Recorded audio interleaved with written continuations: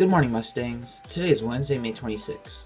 A reminder that we don't have school on Friday, May 28th and Monday, May 31st. Relax and enjoy the 4-day weekend. Last week's answer to the riddle is stars. Here's one for all our language arts teachers. Which is correct to say, the yolk of the egg are white or the yolk of the egg is white? Tune in next week for the answer. Let's see if we stump them. All 6th and 7th graders who are running for any of the ASB office positions, you need to turn in your packet to Miss Bass or the office by tomorrow, May 27th by 3:15 p.m. If you're a remote student, please email your packet to Miss Bass at abass@osc.wednet.edu. Miss Bass will inform qualified candidates on Friday to begin your campaigning. If you have any questions, please contact Miss Bass. Happy birthday to our Mustangs who are celebrating or celebrated birthdays this week. Eden Baldwin, Patrick Casey O'Connor, Aiden Chambers, Garrett Clark, Wendy Clark, Alexis Durham, Damon Hayner, Spencer James Gay, Dominic Moreno Gonzalez, and Assistant Principal Mrs. Weber. Happy birthday, everyone! We do have one more special birthday shout out. Welcome to Milo Grice, Mrs. Grice's brand new son who was born May 14th. Mom and baby are doing great and we can't wait to meet our newest Mustang. Session 3 of our after-school club will run June 1st, 3rd, and 7th. The activities are paper mache, tie-dye, origami, knitting, ball, or croquet, cornhole, and an open space for homework club. Sign up on the TMMS website if you want to join our last session of the school year. Thanks to everyone who participated in our intramural sports and after-school clubs. What is up, Marshall Middle School? Bobby from the Bridge Music Project. And today we are going to present our finished songs from the 8-week workshop we just completed. These songs were done by Trevor, David, Susan, Amelie, Isabella, Elena, Tyler, Aiden, and Elijah.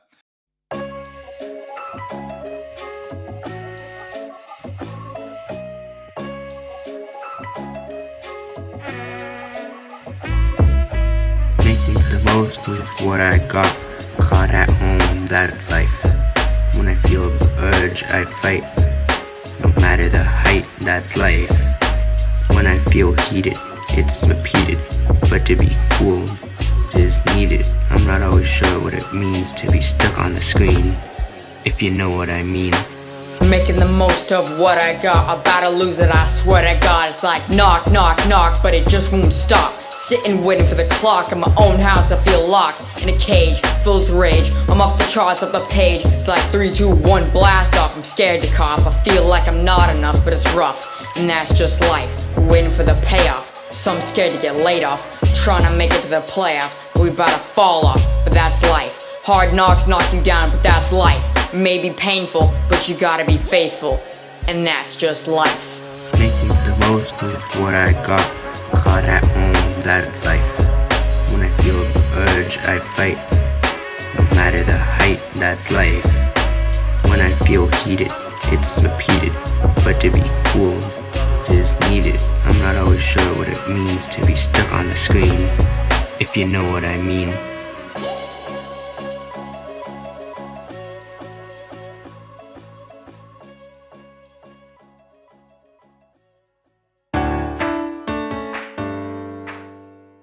Good morning, 3rd grade Marshall Mustangs. I am Aria Cornwall and welcome back to the Cornwall Connection. This week we want to continue representing Asian and Pacific Islander Heritage Month with a history lesson about the Hawaiian monarchy and Hawaii's fight for sovereignty.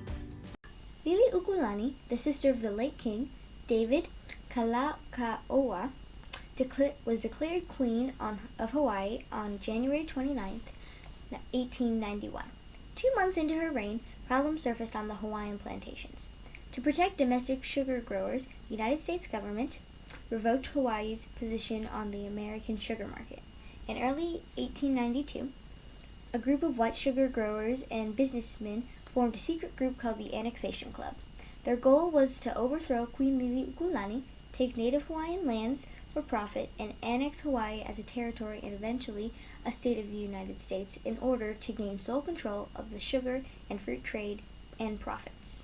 With the unconstitutional help of the U.S. government, U.S. Navy, and the U.S. Marine Corps, the Annexation Club successfully overthrew Native Hawaiian leadership, voting rights, and cultural rights. Queen Liliuokalani and her cabinet lobbied with the United States government against this unconstitutional seizure of Hawaiian lands, but ended up withdrawing to avoid further abuse to her people. A statement from Queen Liliuokalani after she was forced out of leadership reads, "Now to avoid any collision of armed forces and perhaps loss of life, I do, under this protest and implied by said forces, yield my authority until such time as the government of the United States shall, upon the facts being presented to it, undo the actions of its representative and reinstate me in the authority which I claim as the constitutional sovereign reign of the Hawaiian Islands." Between the provisional government, Dole pineapple plantations, resin sugar plantations, and missionaries sent to wipe out Hawaiian beliefs, language, and culture. Massive amounts of native Hawaiian lands were stolen. Native populations were devastated by diseases, and this depleted in local workforce. In order to keep up with the labor demands, especially because the native Hawaiian population was decimated by disease, workers were recruited from China, Japan, the Philippines, and Portugal. As a result, the plantation system developed, in which companies built, frequently segregated, schools, stores, and housing for their workers, which were designed to trap these workers in cycles of debt. This plantation system funneled and concentrated the wealth and influence of corporations like the Hawaiian Big Five, all of which were owned by haole or white American business elites. During and even after Hawaii became the 50th state in the United States in 1959, the Hawaiian language, culture, and religious practices were officially banned from schools and the government. It was even banned at Kamehameha schools, a private school system reserved for only children of Hawaiian descent. But they weren't allowed to really learn about the native Hawaiian culture unless their language or traditions, unless it could benefit the haole elite, like hotel luau's, where Hawaiian dance, songs, and music were performed, could be exploited for profit and tourism. It was not until 1986 that the ban on the Hawaiian language was officially lifted. Hawaiian independence movements like the Hawaiian sovereignty movement have long advocated for the U.S. government to recognize the United States' involvement in the militarized overthrow of the Hawaiian monarchy as illegal and reinstate Hawaiian rulership and self-governance. The apology resolution passed by the United States Congress in 1993 acknowledged that the overthrow of the Kingdom of Hawaii in 1893 was an illegal act. However, no further action for separation of Hawaii as its own independent kingdom was addressed in the apology resolution. Sovereignty advocates view the problems plaguing Native communities, including homelessness, poverty, economic marginalization, and erosion of Native traditions, to the lack of Native governance and political self-determination. Currently, the Hawaiian sovereignty movement continues to pursue their agenda for independence through educational initiatives and legislative actions, along with the protests throughout the islands and locations held as sacred to Hawaiian culture. Last week, we discussed the differences between cultural appropriation and cultural appreciation. This week's example relates to common misappropriations of Hawaiian culture, like wearing grass skirts and coconut bras. To be funny or sexy is not very funny. It's quite offensive. Not only are these outfits not culturally accurate, it reinforces harmful and hurtful stereotypes about the forced suppression, exploitation, and sexualization of Hawaiian peoples that we just learned about. How would you feel if someone took a piece of your culture and heritage and turned it into a joke? Probably not very good. These jokes are called microaggressions. Microaggressions are when people, knowingly or unknowingly, say and do offensive things about one's culture or sexuality or identity or gender or occupation or language, like dressing up in a costume from other cultures that are not your own. To the people that those clothes belong to, it can feel like a paper cut on your soul. One paper cut may seem harmless, but when faced with hundreds and thousands of paper cuts every day, week, month, year, or lifetimes, you can feel exhausted frustrated, overwhelmed, defensive, angry, numb, and scared. Next week, we'll dig a little deeper into different types of microaggressions, but now that we know that grass skirts and coconut bras and Polynesian tattooed bodysuits are so offensive and hurtful, let's be better and more compassionate human beings by avoiding these hurtful stereotype costumes at Halloween or birthday parties. Cultures are not costumes.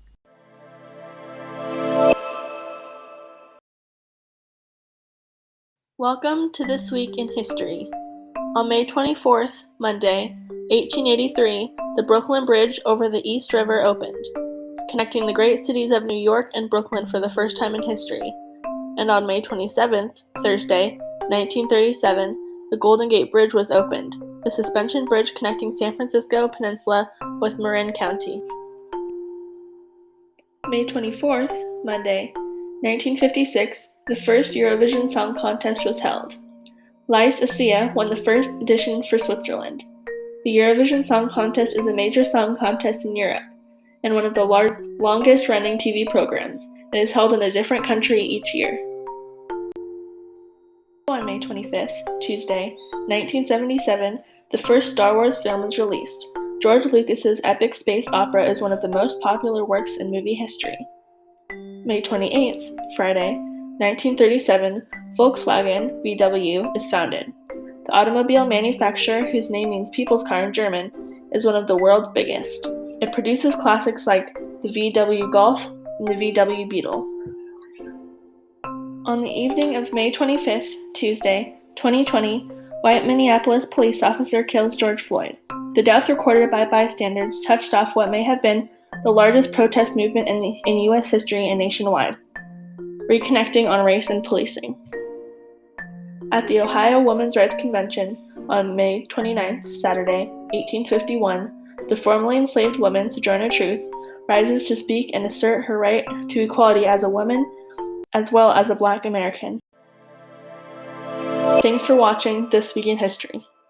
Hey, Miss Sanders, how are you doing? I'm doing great, Malachi. How are you? Pretty good. Well, thank you so much for doing this interview with me, and we'll just kick off the first question. All right. How long have you been teaching at Marshall? I have been teaching here at Thorogood Marshall Middle School for, I think, 6 years-ish. Wow. Any specific memories that you that stick out? I just love the kids here at Marshall. I love the teachers here at Marshall. I love the administration here at Marshall. I love our custodial staff here at Marshall. I love our cooks. I just love, Marshall's a great place to be. So it's by far my top choice. I've really enjoyed Marshall. So awesome. The whole package. Nice. So next question, kind of teaching related. What do you like to do when you're not teaching? When the weather is nice, I love to be outside. I love to read outside. I love to eat outside. I love to hang out with my friends and family and pets outside. I love to do yard work. I just like to hang out outside. Wow, really, yard work? I do. I love yard work. Yeah, I do. It's my choice to do that. Like Mother's Day, I just want to be left alone and give me my garden tools. And I just want to be in the yard. When you were a kid, was there a job that you remember now really, really wanting? Yes. When I was a kid, I wanted to be an oceanographer. An oceanographer. And somewhere along the way, my life took a different path. But yeah, I wanted to be an oceanographer. So what is an oceanographer? I think I wanted, when I was little, I think I wanted just to like swim with dolphins and the undersea world. And I would be a part of it. And I don't think it was a real true, I don't think I had a real deep grasp on what an oceanographer was. Still don't. But I must have just heard that term and went, yes, that's what I want to be. What is your favorite color and why? So kind of boring, maybe. I tend to gravitate toward neutrals, like grays and beige and white and like, I don't know, natural colors. That tends to be with maybe an occasional unexpected pop of color. Do you think you have any specific reasons why you like those colors? I think maybe they're just calming and mellow. And I've tried to paint my kitchen like a terracotta color before. I've tried to go crazy with color, but I have learned that I just like my surrounding environment kind of neutral. It's what I like. And then maybe I'll switch it up with a pop of color, a plant or something. I know you're an ELA teacher, so I think you like this question. What is your favorite book, book series, or book trilogy?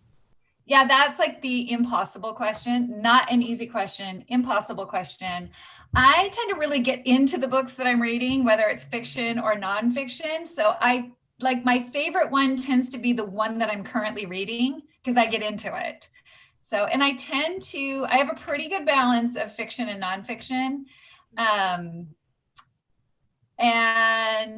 But oddly not series. I don't do series very much, and I don't know why. The last series that I did that I was super into, like page turner had to go out and get the next book the second I finished the first book, was this weird series. It was translated from Italian to English, and which was a little difficult at first, but I got into it. I think it was called, I don't even remember what it was called, but that was the last series book that I was into. So mostly it's just individual books. Interesting. Do you have a favorite author? Again, hard to choose. Yeah, because I'm always making discoveries of new favorite authors and new favorite books. So yeah, I got my classic ones that I will always love and go back to. But man, there's so many new good ones out there too. So yeah, totally. I don't know. That's like, what's my favorite child? I can't pick. I don't know. Cool. Okay, so here's another favorite themed question. What's your favorite type of music? I like old jazz and blues, and I don't know why. I secretly liked that in high school. I don't know why, but that has always been the music that is on the background for me.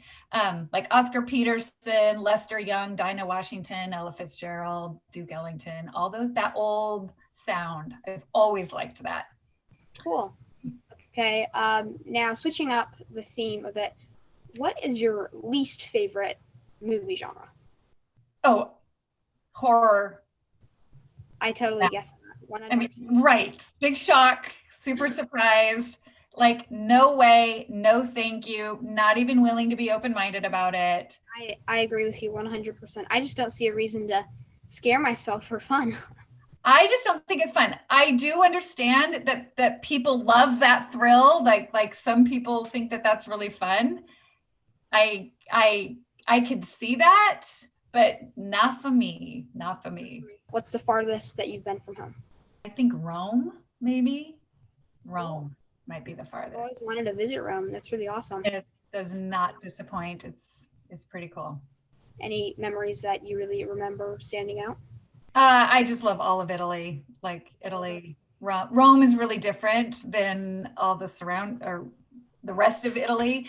Well, I don't know. I just love Italy. Here is probably my favorite question on my list. And I think that you'll enjoy it too. What if you had to sort yourself in a Harry Potter house, what Harry Potter house do you think that you'd be? I so want to say Gryffindor. Gryffindor is the one that I want, but let's be honest, I'm probably more of a Hufflepuff or maybe a Ravenclaw, but I mean, my favorite colors are like beige and white and gray. So it's probably Hufflepuff. But I would want to be friends. I would be friends with the Gryffindor. If I could be Gryffindor, or I guess I should say I would want to be friends with Gryffindor. But I don't think I'm cool enough. Ravenclaw. That's really cool. I thought that you'd be more of a Ravenclaw. Yeah, it would be interesting to see what the hat sorted out for me. I could see Ravenclaw too. I could also see it. Yeah, I could see you in Hufflepuff or Ravenclaw. I like the courage and the fearlessness and that would be the trait that I would probably want. that brave, courage, fearless, true to yourself sort of stuff of Gryffindor. Yeah, it's definitely a trait that, if you're not born with or you don't feel like you have that trait, that's a trait that I always wish that I really have. I mean, I like to think that I'm brave, but I don't know exactly. Maybe I would be. I don't know. If tested, maybe we would surprise ourselves. I would like to think, but I don't always feel it. I don't always feel brave. That's all I got for you today. Thank you so much for doing this interview. I loved learning more about you. Malachi, you are awesome. Thanks so much.